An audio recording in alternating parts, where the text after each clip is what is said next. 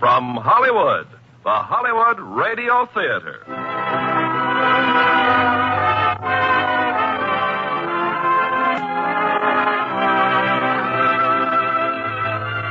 Starring Ginger Rogers in It Grows on Trees with Marcia Henderson and Greg Palmer. Ladies and gentlemen, your producer, Mr. Irving Cummings. Greetings from Hollywood, ladies and gentlemen. I don't know exactly what your reaction would be if you suddenly discovered money growing on trees in your backyard. But I imagine it would be somewhat the same as our overjoyed heroines in tonight's play. And as our star, we have that delightful comedienne, Ginger Rogers. Truly one of our most glamorous personalities. It Grows on Trees was turned into a screen success by Universal International Studios. And tonight we will introduce two of their most promising young players, Marcia Henderson and Greg Palmer. Now, It Grows on Trees, starring Ginger Rogers as Polly, with Marcia Henderson and Greg Palmer as Ralph.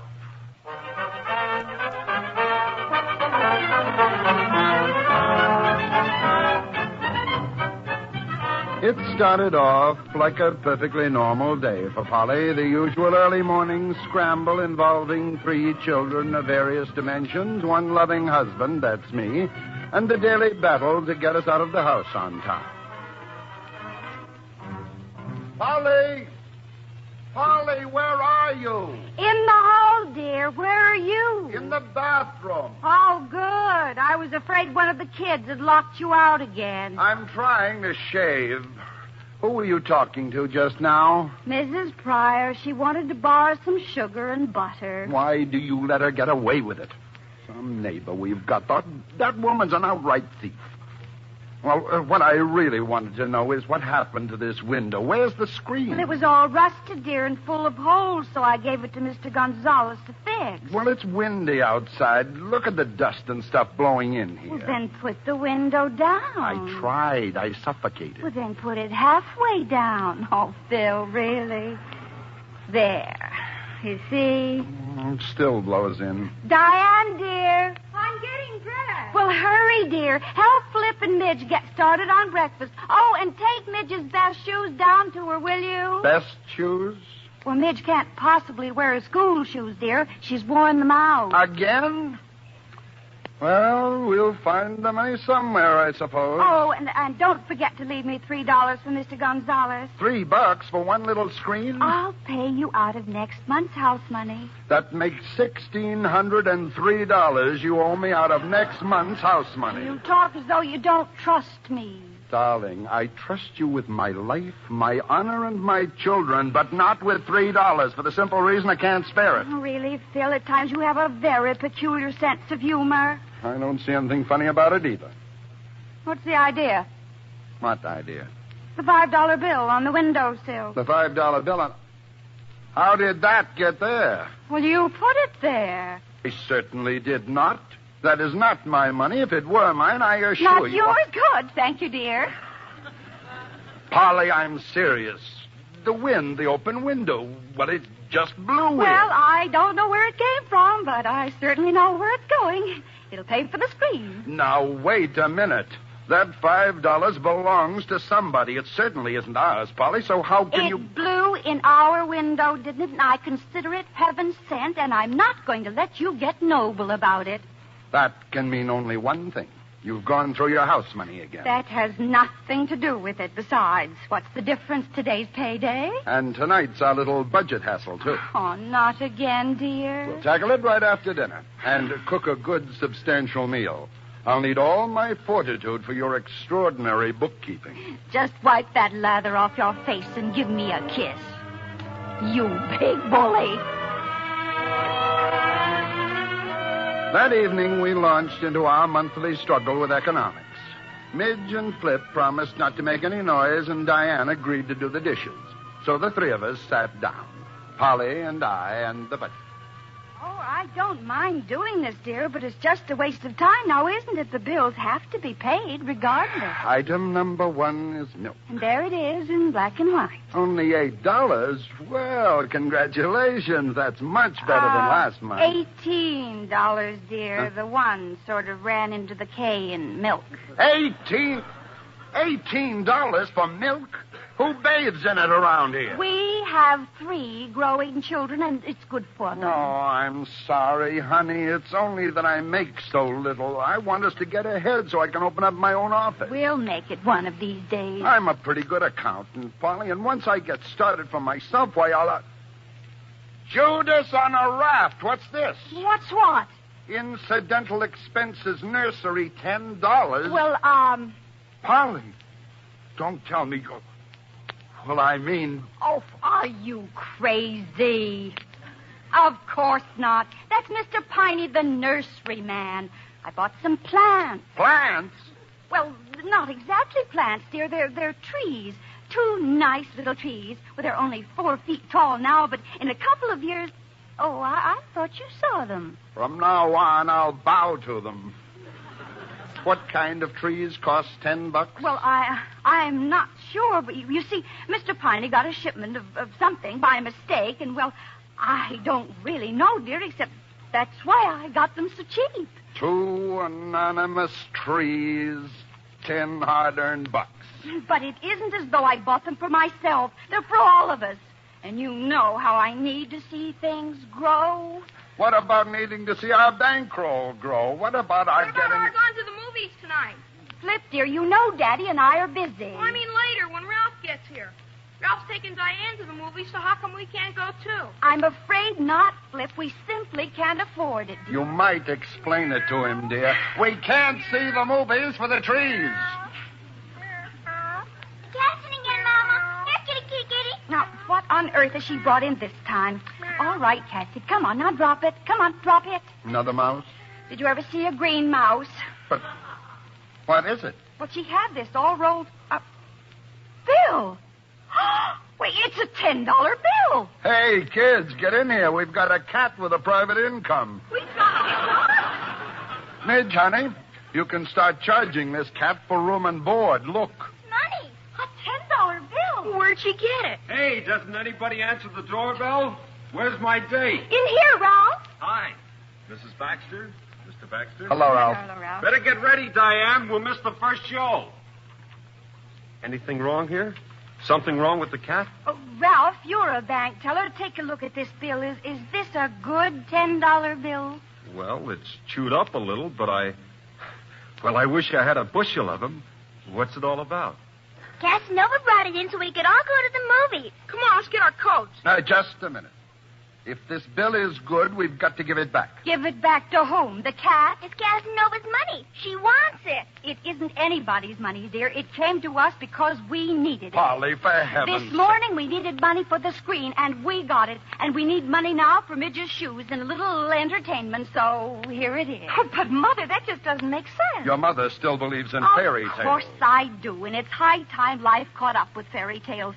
Come on, kids, we're going to the movies.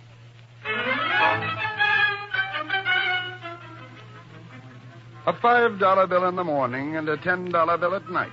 Out of nowhere. Well, it was now the following evening. I was reading the paper, Polly was sewing, Midge was playing with Casanova the cat, and Flip was actually doing his homework. No problems from anyone, except Diane. Diane, who was that on the phone, dear? Ralph. Bad news. He's been made one of the officials at the alumni dance. But that's good news. It's formal, Mother. I haven't got anything to wear. What about your blue with the silver trim? Oh, Mother. The silver's tarnished. It's much too tight. And Phil, couldn't we take some of... No, Polly. Well, now, let me finish. Just a little out of the Christmas fun. No, Polly. Diane, I know Mother's doing this for your sake. I also know that I am a tyrant. Yes, Father. But from now on, we're not going to talk about money for the very simple reason that we don't have any. I'll take $19, please. Midge, I just said that we would not... Phil, for heaven's sake, she's just playing a game. What kind of a game? We're playing Stir, Papa. I'm Mr. Mr. Burns at the grocery, and Cassie's a customer. And I take all the money, see? But that's real money. Mother, look! Midge, where in the world did you get... $10, $20, $30, $35. Midge, honey, this is not play money. This is real money. Now, where did you get it? But I found it. I found it outside. Where, dear? Where outside? Outside in the backyard. But it must have been someplace in the backyard. Bill, she's just a little girl. $15 yesterday and now $35. But whose money is this? It's ours. You bet it is, Mother. What is just as I said yesterday. We needed it, so it's here. It'll buy Diane's new dress. Polly, darling, you have to find the rightful owner and give it back. I'll stop off at the police station in the morning and turn it in. And I suppose you're so disgustingly honest that you'll want to give back the other 15, too. Yes. But we've already spent it. Then it will have to come out of your house money. Father, now really. Now, look, both of you. We just don't spend money we haven't come by legitimately. What you're doing, Philip Baxter, is snatching a dress right off your daughter's back. We'll drop this discussion right now. You just don't lie. You're the most. Just the most. All right, Polly. How much do we have in the Christmas fund? Now, you just sit here, and I'll get the little bank book. I think we have almost 100. The next day was Saturday. That afternoon, as I was watering the lawn... And don't forget the driveway, will you, dear? Oh, and 2 little trees. You will be careful, won't you, Phil? You won't water the leaves because the buds might fall off. What kind of trees have buds this time of year? But I told you, dear. Even Mr. Piney doesn't know what kind they are. Oh, incidentally, did you, stop off at the police station? I did. They probably thought you were crazy. Oh, no, they didn't. They thought I was a good citizen. What's more, I'll bet that right now somebody's come in and claimed it. Probably someone who needs it very badly. Mother, I'm ready. Diane's new dress. We're fixing the hem. I'll be right up, dear. Don't forget the driveway. Well, I was doing the driveway when a police car drew up to the curb. Hiya. Hi. You the man who turned that money this morning? I am. Well, I just stopped by to let you know it's been claimed. Good. I'm glad. Someone who needed it, I'll bet, huh? Sure looked like it. Never saw anyone so glad to pick up $50. They leave any name? Yeah, Mrs. Polly Baxter. Who?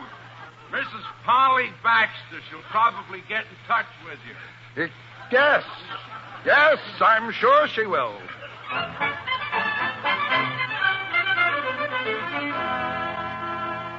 Now, stop it, Phil. Stop it at once. If you've got to yell, come in the house. I am not going in the house or anywhere until you tell me why. Why did you go to that police station? Because the money is ours. That's insane. And we needed it very badly. There are some things I didn't want to tell you, but... Now I'll have to go back to the police and tell them my wife's a thief. I didn't want to tell you because, well, you've been so worried already about money. I'll have to confess to them that my wife, my own the doctor says that Midge has to have her tonsils adenoids out this coming week, and I thought that $50 would help pay for it. Polly, will you please listen to me? No. You listen to me.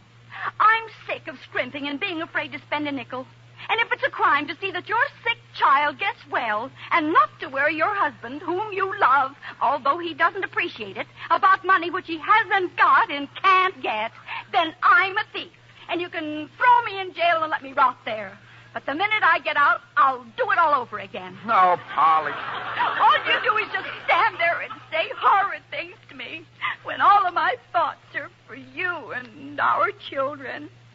Oh, Phil, when I see the look on your face at night. What look?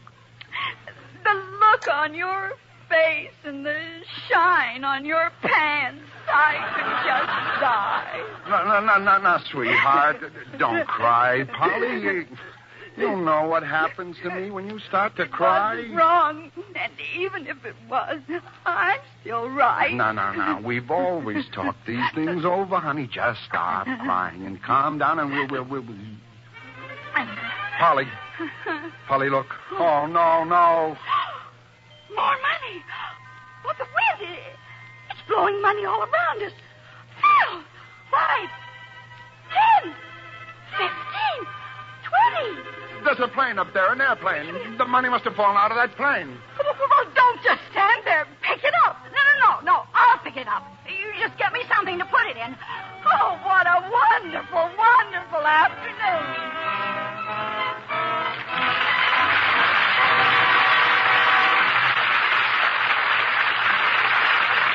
Act 2 of It Grows on Trees in just a few moments. Make a friend, and you make an ally. There's a thought for you to keep in mind, as many another American has. Since the end of World War II, many American cities have adopted European ones, mainly through the work of a citizen group in New York called Operation Democracy.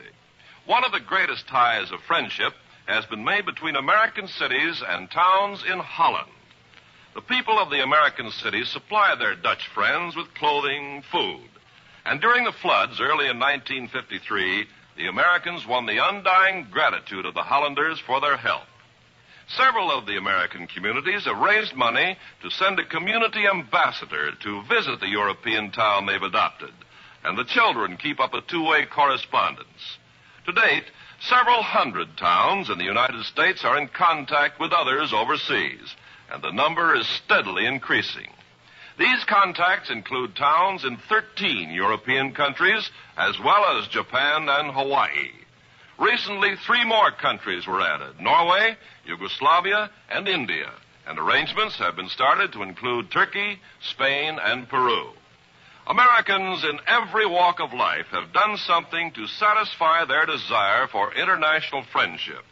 And you, too, can learn, as they did, that by helping others, you help your country. Now, our producer, Mr. Cummings. Act 2 of It Grows on Trees, starring Ginger Rogers as Polly, with Marcia Henderson as Diane, Greg Palmer as Ralph, and Ted DeCorsia as Phil.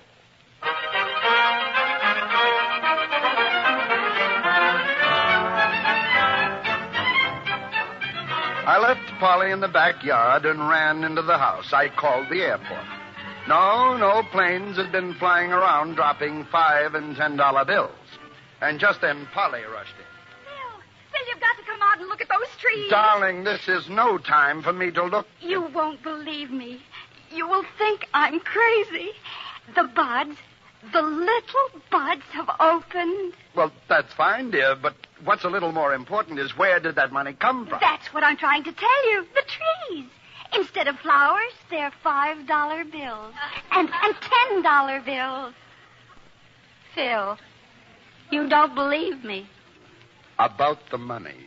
You are not to spend 1 cent of it. That is an order. But Midge's tonsils. We'll borrow on our insurance. Now, what did you do with the money? It's in the kitchen cupboard in the salad bowl. See that it stays there. There's some more of it in the cookie jar. Quite a bit more. Polly, you're not to mention this to a soul. Not until I've figured out something. Just as you say, dear. Oh, my, but this is fun. I don't know how much money rested in our kitchen cupboard that night. All I know is that by bedtime I still hadn't reached any sort of a sensible conclusion. It's a lovely night, Phil. Did you notice how bright the stars are? One thing is certain. No one is just throwing money away. Polly, have you heard of anyone else finding money? And such a big yellow moon. Are you listening? Of course, dear. They couldn't have found any. Why couldn't they have? Because I would have heard about it. Well, we'll just give it to charity or something. Good night, honey. Phil, suppose it did. Suppose it did what? Fall out of the trees or grow on trees. Oh, Polly, please. Well, could we spend it? Of course not. Look, honey, I'm awfully tired. But why couldn't we spend it? Because it wouldn't be money issued by the government. But if it looked like the government had issued it, I mean, supposing you couldn't tell. Money like that could upset the monetary balance of the United States. It could cause a lot of trouble for a lot of people, including us. Well, I don't see why. It wouldn't be legal, that's why. Now, please, go to sleep. Phil, Are peaches legal? What have peaches got to do with it? Well, if someone grew peaches on a tree and then he sold them and got money for them, the government wouldn't object to that, would they? No, they would not object. Well, then why would they object if someone found or grew money and exchanged it for peaches? It's the same thing the other way around. Well, isn't it? I am taking this pillow. I am placing it firmly over my face, and I am going to sleep. Phil, just one more question. I promise that's all. Yes, dear. What's the name of the Secretary of the Treasury?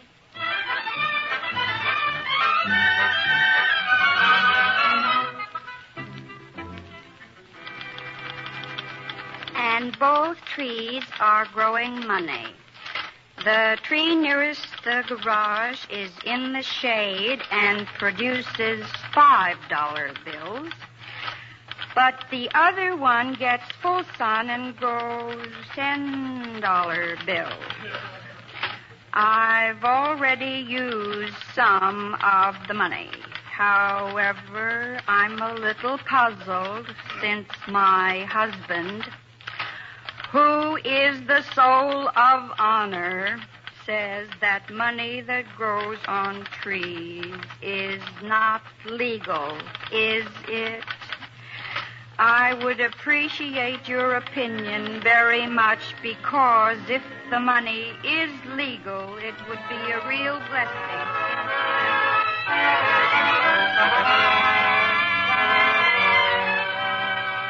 Now, if you'll just read that back, Miss Fletcher, please, from the beginning. Yes, sir. Dear Mrs. Baxter, in reply to your very interesting and unusual communication, may I say that if you are in possession of trees which produce the currency of our country, and if it meets all our standards, it is my opinion that the money is perfectly legal. You're joking, aren't you, sir? Oh, no, I'm not. If her money meets all the standards. What's wrong with that? Sorry, Mr. Murchison. Now, a new paragraph. If you could send us some cuttings from your money trees, perhaps we could plant them in back of the White House. This would please the president, I'm sure, since he would no longer have to send budget requests to Congress, a procedure which he frequently finds very discouraging. Thanking you in advance, I remain, etc., etc. Mr. Murchison, are you really going to send this? Why, that poor woman's liable to take it seriously. Just as seriously as I take the information that money grows on trees. But now, type it up.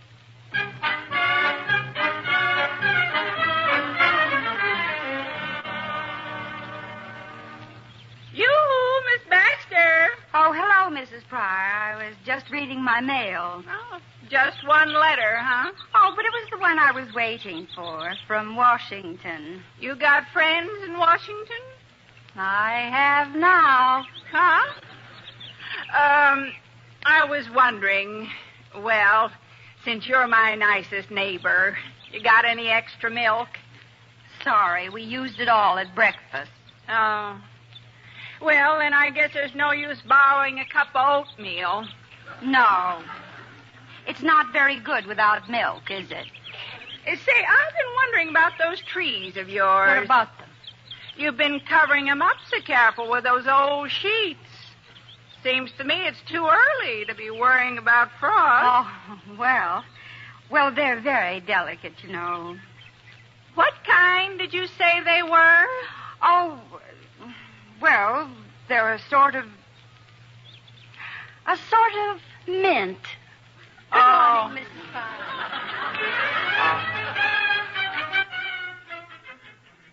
Polly never told me about getting a letter from Washington. It was a secret between her and the United States Treasury.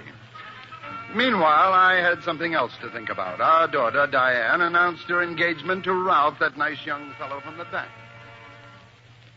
Oh, I know that Ralph's just been promoted, dear, and he's making a very nice salary now, but Phil, they're such children. Now, honey. We weren't much older. We managed to grow up, didn't we? Now, what about the wedding? Oh, well, we'll have a church wedding, of course, and the reception at the country club, and we can rent the ballroom, and I think the bridesmaids should wear taffeta. Yep. taffeta. Phil, do you think that we should have ushers? No, slow down. There's some ridiculous custom that the father of the bride pays the bills, although custom evades the question as to how the poor guy gets the money. Oh, money. Oh, that. Well, I wouldn't have brought it up except that next month you're going to be handling ours all by yourself. Phil. Yes, the firm's sending me to Baltimore. I leave Saturday. For a whole month? Well, don't be so happy about it. Oh, well, I'm not. I'm not. This Baltimore outfit's one of our biggest clients, dear, and if they like me, well, this could be the opening wedge in setting up for myself. Phil, I have a wonderful idea. By the time you get back, the kids will be ready to get married, and they'll go off on their honeymoon, and we'll go, too. With them? Of course not. We'll go on a second honeymoon with Midge and Flip. You've always wanted to go to Hawaii. Now, come on into the kitchen, and I'll make some coffee. I'll make some sense, too, while you're at it. If you only knew how much sense I was making. The hair that you have left on your head would stand on end. And let me tell you something, the real reason why I married you. Oh? Not because you're so pretty. Not even because of all that personality. No, I married you for your brains. They disturbed me then, and they disturb me now more than ever. Well, you just wait. You'll be so proud of me. You'll bust. The day I went to Baltimore, as I later discovered, Polly went to the bank. A little visit to our prospective son-in-law. And here's the money, Ralph. $1,718. And that pays our mortgage off in full. Well, good for you, Mrs. Baxter. I'm a little nervous because I had a little windfall. Yes, I see. It looks more like a hurricane to me. I bet I know exactly where you got this money. You do? Mm-hmm. You've been holding out on Mr. Baxter, haven't you? You know, a few bucks here and there out of the budget. Oh, every woman does it. You want to know how I figured this out?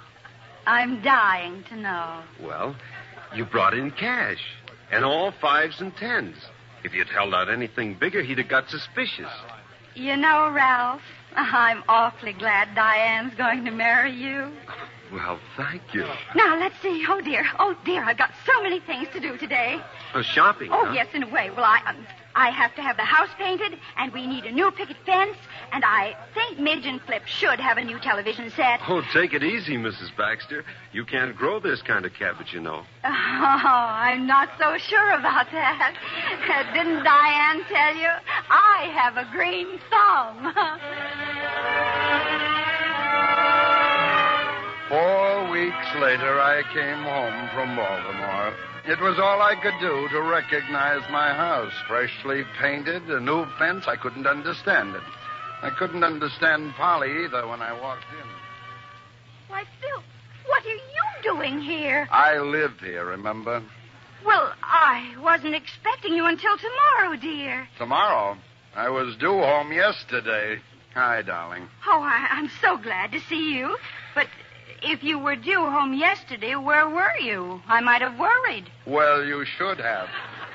I was in jail. Phil! Along with 20 drunks. You weren't drinking? Drinking? That's only a misdemeanor. I'm in the big time. I got jugged for passing counterfeit money. But where could you have picked up counterfeit money? Polly, remember before I left, I gave you my expense check. I asked you to get it cashed for me.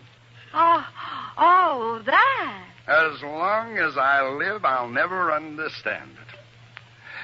Anyway, the night before last, I took the client out for dinner, drinks, steaks, brandy, the works.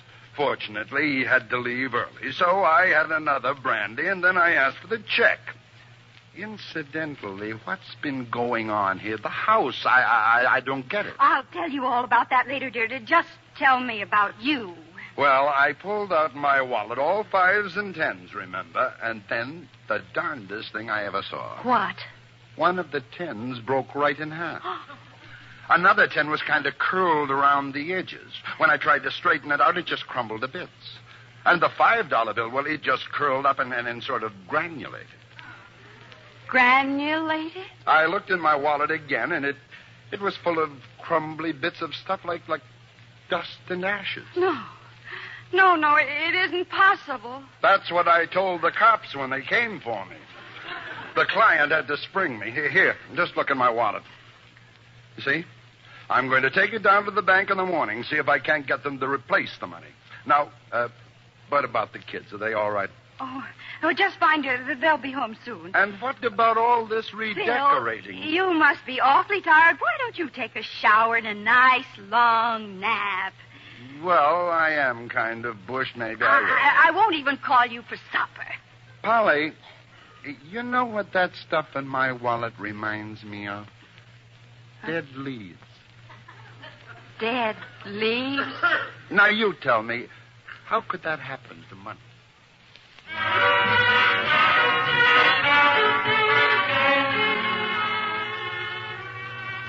Oh, it's you, dear. Oh, I've just been out in the backyard cleaning up. Have a nice nap? Oh, fine. Well, I'll get you something to eat. That can wait. I wouldn't digest it. Polly, I have here a stack of bills I found upstairs. Oh, but they're not bills, dear. They've all been paid. You just didn't look. I looked. Washing machine, television set, painting, fence, draperies, all paid in full. But how? What with? Oh, well, not now, dear. There's something I want to see on the back porch. It'll keep. I hope so. What I want to know is where. Where I got the money for everything. Well, I just can't tell you. I got it honestly and legally, only you'd say it wasn't, and you'd want me to stop spending it or give it back. If you came by it honestly, why should I object? Because you're just too ethical and righteous and wrong. Besides, things are happening which I didn't expect, and, well, you've got to give me time to work them out somehow. You sure you wouldn't like a little sardine sandwich or a nice time, Ralph.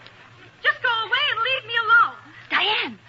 Diane and Ralph. But, honey, I didn't say your mother was a thief. Diane, come in, please. Hello, Daddy. Oh, Mother, he did. He did say that you're... I didn't. I only said... He said that you gave him some bad money, and that's why he's been demoted at the bank. And now he can't marry me. Oh, my poor baby. Mrs. Baxter, please. All I said is that since I'm getting less salary again, we'll just have to wait. What he's trying to do is break off our engagement, which is just simply fine with me. It's just the way I want it. Only he needn't call my mother a counterfeiter in order to do it. Now, let's be calm, Ralph. Let's take it easy now, boy. What's all this nonsense about my wife giving you money? Any kind of money, let alone bad. Well, sir... Oh, no. I'm not going to stand here and listen to him say it again. Diane. And don't try to shush me, Father. I'm too old to be bullied. And if you're going to let him stay in this house after the things he said about your loving and devoted wife, well, then you're no better than he is. We'll try it again, Ralph. Mr. Baxter, I'm not trying to break our engagement. Believe me, I love Diane. It's just that Mr. Sleemish, he's the bank manager, well, he demoted me on account of the money. But I didn't say that you were what she said I said, Mrs. Baxter, honestly. And I wouldn't tell him who you were. Oh, dear. I only said the money you gave me to pay off the mortgage was, well, it was sort of funny, Mrs. Baxter. You mean the installment on the mortgage, son? Oh, no, sir, in full. Paid it off in full. Only it wasn't any good. What was wrong with it? Well, sir, it crumbled. Mr. Sleemish didn't like that at all. Crumbled, sort of granulated? Yes, sir. Never saw anything like that in my life. Ralph, not $5 and $10 bills. How did you know? I have moments of clairvoyance. Well, I guess I started something all right. I just don't know what to say, believe me. But if anything happened to me and Diane, and if this wasn't going to be my family, well, I just couldn't take it. Well, Polly, don't you think it's about time you told me where you got this unhappy money? It grows on our trees. I beg your pardon. It does. On the trees I bought from Mr. Piney. Your expense check, I didn't cash it at the bank. I cashed it at the trees. And I suppose the chief teller there is a woodpecker? You don't believe me. You just don't believe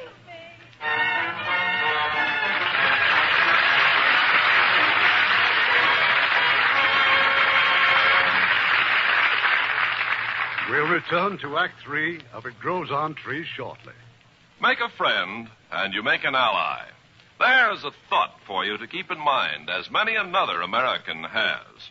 That's a thought which the 4-H clubs of America had in mind when they began sponsoring the International Farm Youth Exchange. The main purpose of the IFYE is to select young farmers or those who've majored in university agricultural courses whom they send abroad for short periods to work with the people and promote understanding and friendship. Last summer, for example, 3 young California farmers were chosen to spend 4 to 5 months in Ecuador. While there, they visited farms, discussed agriculture with the people, and lent what assistance they could. The work of these grassroots ambassadors, as they are called, is voluntary, for although their trips are sponsored by the 4-H clubs in their neighborhood, the major portion of their expenses is paid by the young farmers themselves. Their work can in no way be considered charity because they learn as much from people in other countries as those people learn from them. Yes, members of the International Farm Youth Exchange have learned the secret of international understanding, that by helping others, you help your country.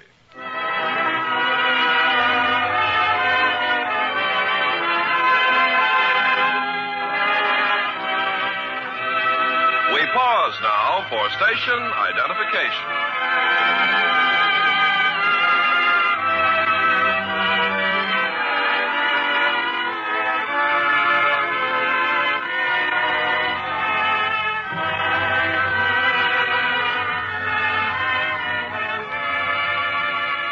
Curtain rises on Act 3 of It Grows on Trees, starring Ginger Rogers as Polly, with Marcia Henderson as Diane, Greg Palmer as Ralph, and Ted DeCorsia as Phil.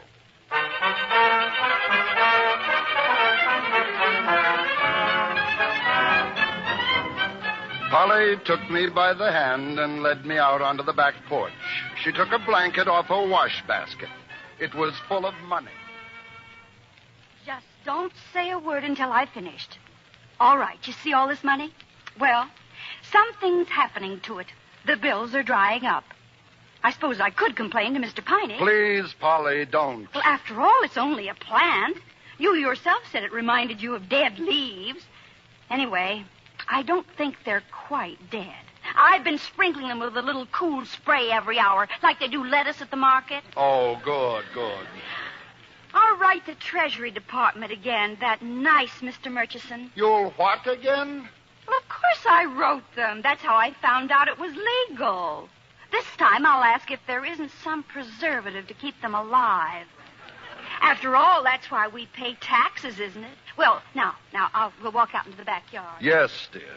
Oh, I know exactly how you feel. Why, when I found out that the trees had money growing on them, well, believe me, it was quite a shock. But you'll get used to the idea just like I did. Now, prepare yourself, dear. You've never seen anything like this tree before. I'll just throw off the sheet, and there before your eyes is a genuine 100%. Phil, my money tree. It's bare. There was not a bud, not a leaf. Oh, it's been stripped. Better cover it up, Polly. It looks awfully naked to me, too. Now, what about the other one? Oh, you do it. You look. I'm afraid to. Of course, dear. Both of them. Well, what could have happened? Well, Phil, they were just loaded with... Darling, please, when will you tell me the truth? So I'm crazy. I've lost my buttons. All right. Will you believe the United States government, the Treasury Department? Yes, implicitly. Mr. Murchison's letter is right there on the shelf in the kitchen cabinet. Go ahead and spend the money, he said. That's just what he said. He even asked me to send them some cuttings for the White House. And if you think a man like Mr. Murchison... I stood in the kitchen as Polly frantically searched for the letter, but of course there was no letter. It was, and I'm not crazy, and I don't tell lies. Not big ones. And, well, it does grow on trees. Of course it does, sweetheart, of course. And if you think I'm making it up about the letter, too, well, then... Well, you can just go next door and ask Mrs. Pryor. She saw me the day I got the letter. She even asked me... Mrs. Pryor. Phil, she's taken it. She's done something with it. Now, take it easy, honey. I know how Mrs. Pryor comes in here and helps us up, but she wouldn't take a letter, now would she? Who called her a thief? Did I? Oh, no, you did. Polly, please listen to me. And she's taken some of the money, too. Oh, now I'm sure of it. At first, I thought I hadn't counted it right. I even... Oh, you've got to talk to her, Phil. It isn't the money I care about. It's what you think of me, and it does grow on trees. It does. Well, it seems that at just about that time, our nimble-fingered neighbor, Mrs. Pryor, dropped in at the bank. Ralph just happened to observe her. Naturally, he called his boss. You give me back my money. Oh, you wait till I get a lawyer. You call this joint a bank? Why, it's nothing more than No, madam. Of course you can have your money. All we want to know is where these $5 and $10 bills came from. None of your business, that's where. I suppose you're going to tell me they're not legal. All right, I will. I do not consider this money legal. Well, it just so happens that the United States government does. Here's a letter to prove it. Huh? You see this? Well, what does it say? United States Treasury Department. Oh, you just wait. But this letter's addressed to Mrs. Philip Baxter. What? You just give me back that letter. I'll take my trade where it's appreciated. Ralph? Yes, sir? I'll thank you to step back in my office. I'm going to get to the bottom of this right now.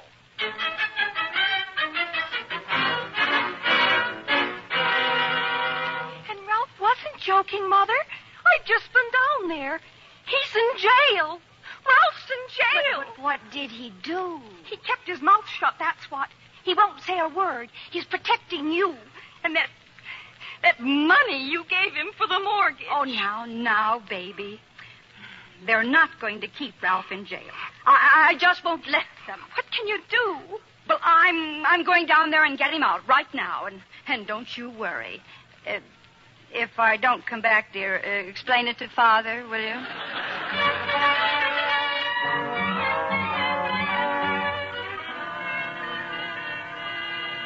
Yes, ma'am. What can I do for you? Well, I'm Mrs. Polly Baxter, and I've come here about Ralph Bowen.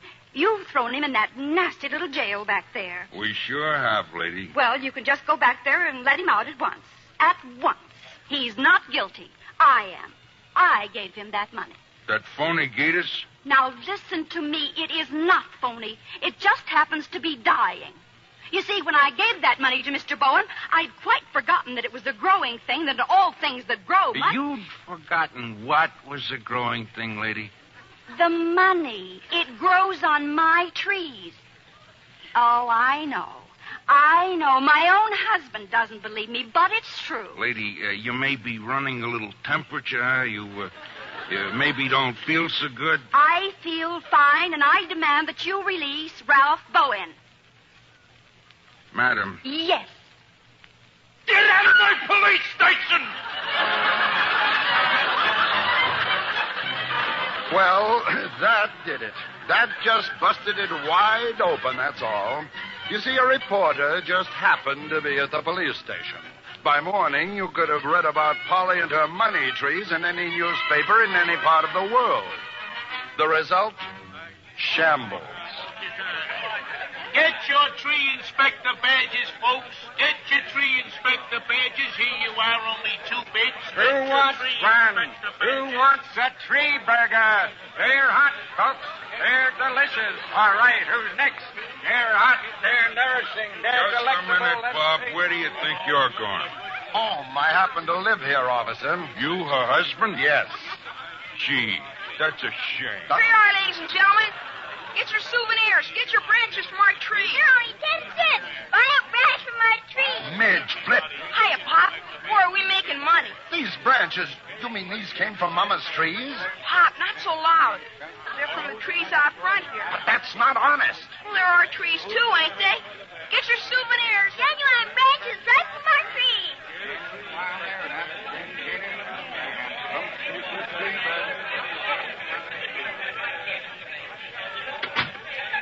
My goodness, Phil. You've never seen anything like it. Why, the phone hasn't stopped ringing all morning. I finally had to take it off the hook. Polly, do you know that Flip and Midge are practicing petty larceny on our sidewalk, on your public? Now, where's Diane? In jail, dear. What's she done? Nothing. She's waiting for Ralph. They're going to let him out on bail. Well, where do we go from here, Polly? Well, now that you ask me, Never dear, mind, I know where. I'll take Ralph's old cell, and you can double up with Mrs. Pryor. Phil, look. The window, there's a car turning into our driveway. And that license plate. Oh, my. United States government.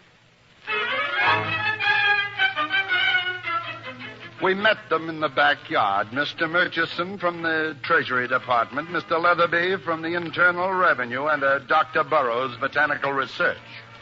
And I'm Polly Baxter. Well, gentlemen, this is a great honor, I'm sure. At the risk of sounding rude, Mr. and Mrs. Baxter, it's my opinion that this whole thing is a hoax.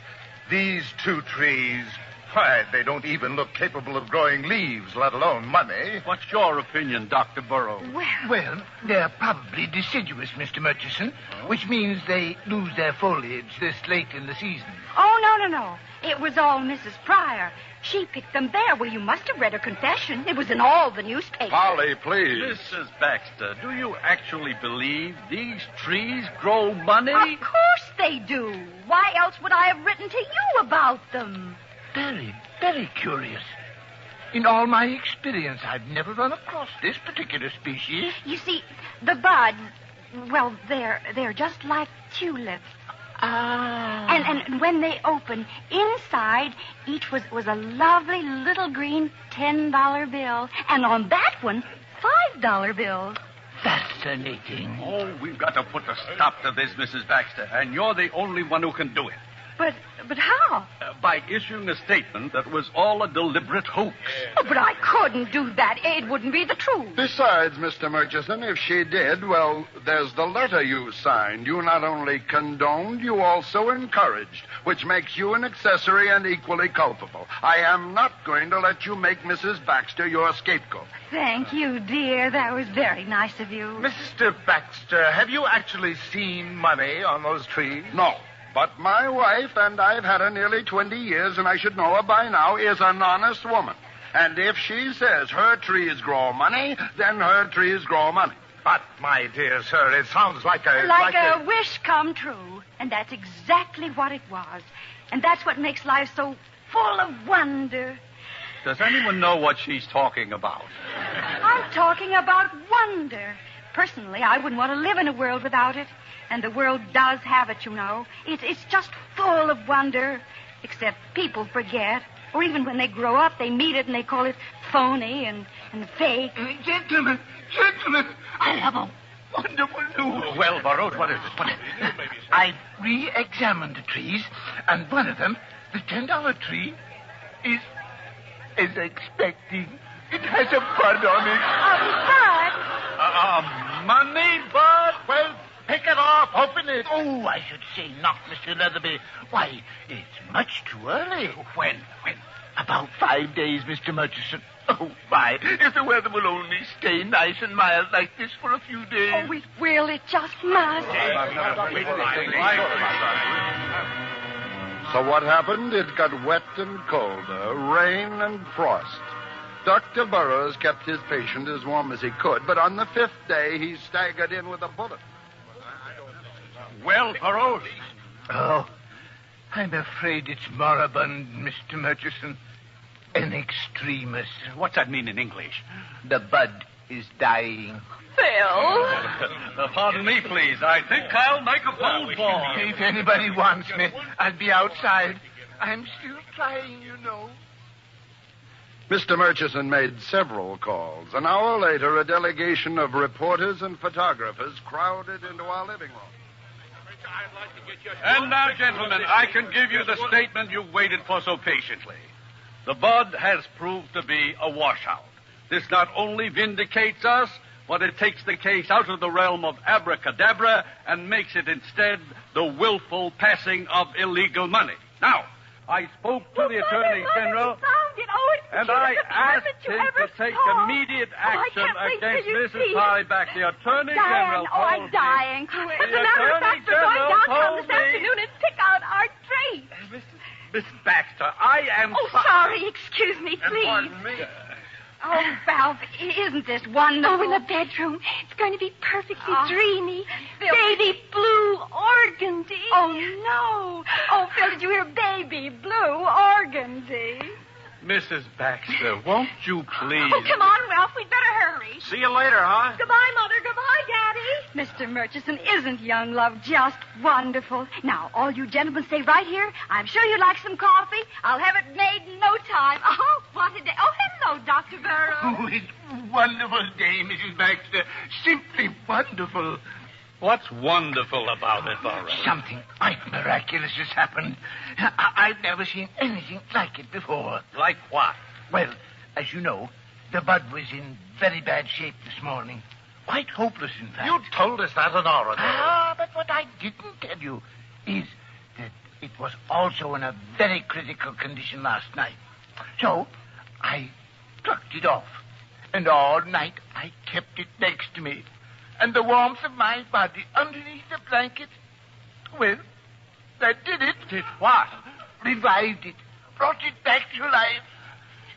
It's not a money bud. Well, I haven't looked yet, but I've got it right here. Well, let's open it. Well, now, stand back, everyone. Stand back, please. Oh, Phil, I just can't bear to watch. Steady, Polly. Steady, girl. All right. Here we go. Slowly, carefully, Dr. Burrows opened the bud, and so help me, there inside was a tiny $10 bill. New York Stock Exchange closes. Wall Street panics. Murchison admits tree grows cash. Congress calls special session in money crisis. That night, Mr. Murchison and Company held another little session in our living room. And so it would seem that the matter of a capital gains tax, Mrs. Baxter, won't do at all. No, indeed. I'm afraid that now you'll have to pay the regular income tax. Well, don't worry, gentlemen. We should have a new crop by March the 15th. We'll pay in cash. This is absurd. All we have to do is appropriate the trees by due process of law. But according to the Bill of Rights, Mr. Leatherby, no private property may be taken for public use without just compensation. Well, naturally, we'll pay. How much and with what? With money? We grow our own. It seems to me that it's your patriotic duty to give up those trees so we can destroy them. They're a menace to the economy of our country. I never intended keeping them, and I've never approved of using the money. My wife will confirm that. We can have them then? Just a minute. You've pushed my wife around, and I don't like that. You've called her names, too. All right, we apologize. Don't we? Yes. Well, there's something else. What did you call it, Phil? Just compensation? What about just compensation? Well, just that the money I spent will have to be replaced, and we haven't got it. We'll take care of that, Mrs. Baxter. Of course we will. Now, how much? $2,904. I have a full account of everything right here, gentlemen. My husband is a certified public accountant in business for himself now. You'll have the money today. Now, where's Burrows? He'll have to prepare the trees for shipment to Washington. I'm right here. Oh, this is terrible, Mrs. Baxter. Simply terrible. What now? It's all my fault. I went to the hotel to write my report to the Institute, and I quite forgot what the weather was like outside and the trees. Dead? They're dead? The frost? I'm afraid so, Mrs. Baxter. Oh, this is the end. Gentlemen, this is positively the end. Well, there's nothing more.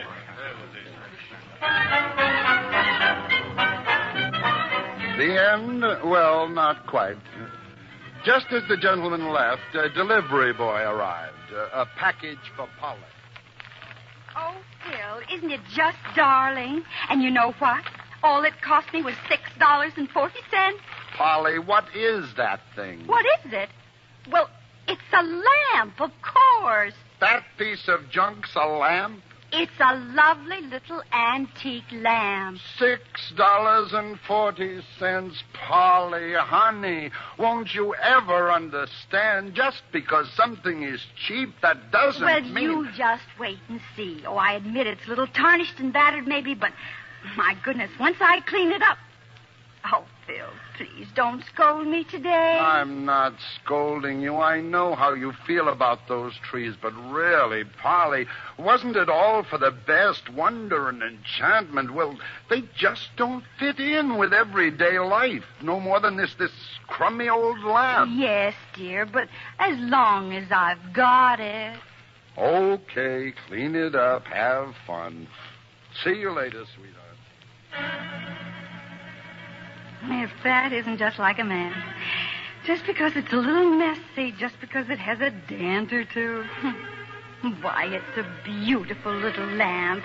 And it won't take a minute to clean it. Now, I'll just take this little caul cloth and I'll start rubbing it and shining it. Smoke. It's starting to smoke. A billowy cloud of... a genie! Why, there's a genie in it. Phil! Phil, the most wonderful thing! You won't believe me, but the lamp I just bought...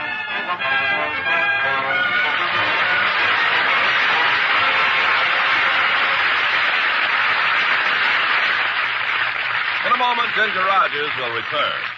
Up in Newfoundland, there's an Air Force base called Fort McAndrew.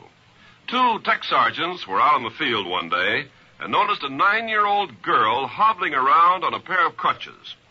She was a polio victim and a cripple. Her father, whom they finally located after much questioning of the girl, was a civilian employee on the field. He had 8 children and simply couldn't afford the costly treatments that would be necessary to help his little girl.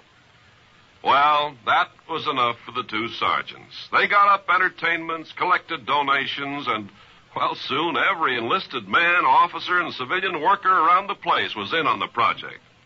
They raised $4,300, enough to fly the little girl to the United States and provide treatments at Warm Springs, Georgia. Such acts by you and your friends today are shaping our world of tomorrow. Now, Mr. Cummings and our star. And we welcome Ginger Rogers to our footlights for a justly deserved curtain call.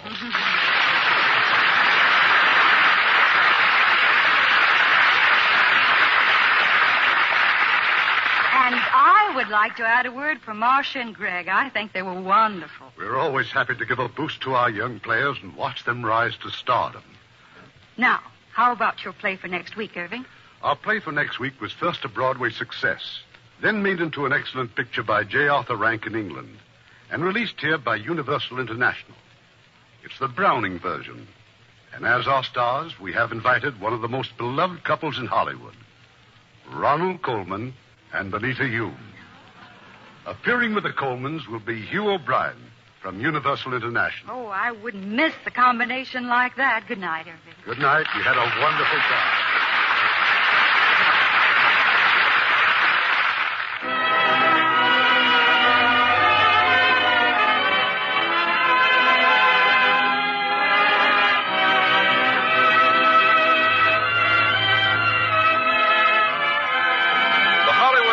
Theater is produced by Mr. Irving Cummings. Our orchestra is under the direction of Rudy Schrager. This is Ken Carpenter inviting you to join us next week at this same time for another presentation of the Hollywood Radio Theater.